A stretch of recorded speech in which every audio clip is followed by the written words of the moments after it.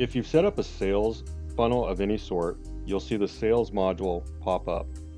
The sales module is very unique, and then it does need configured.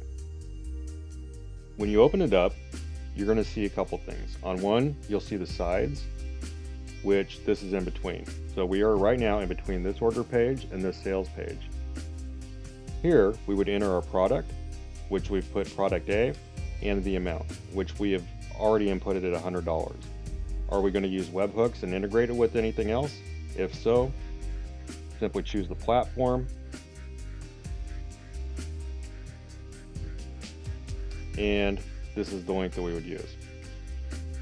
You can add a new product, you can delete a product, and that's how you set up and configure your sales module.